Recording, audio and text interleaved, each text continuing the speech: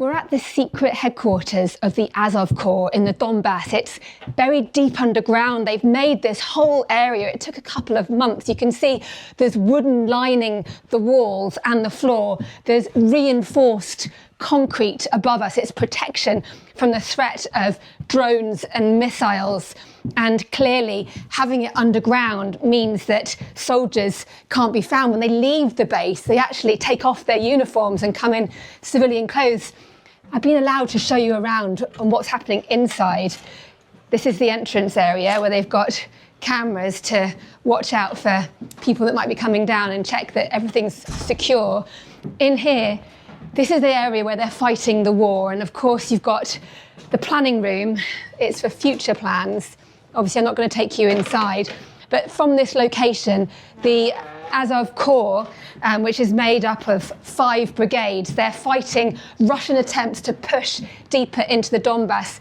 This is the core area, the operations centre.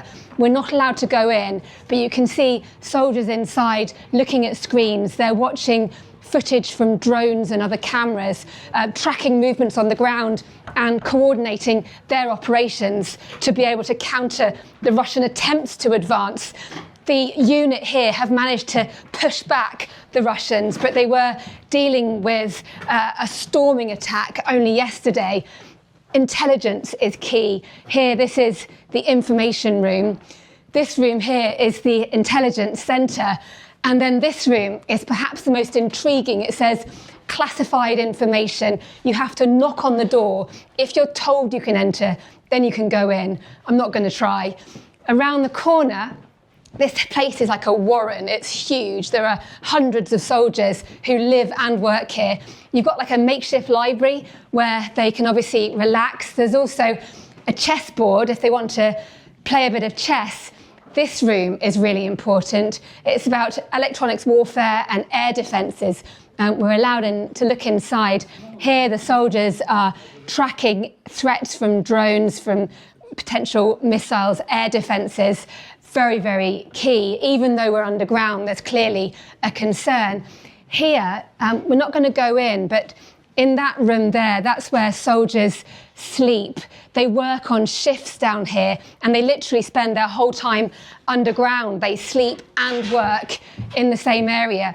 Now, every soldier marches on his stomach, and here we have the canteen. You can see they're cooking up a stew.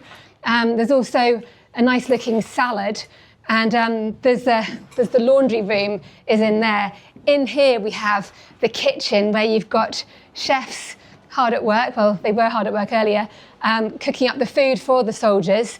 And around this corner, it is the area where they eat. We've been told we're not allowed to go in there because there are soldiers here who work in intelligence and they don't want their faces shown. Now, this area here, journalists aren't normally allowed to come down here. We've been allowed access because the unit is going to be moving to another secret location in the next few days.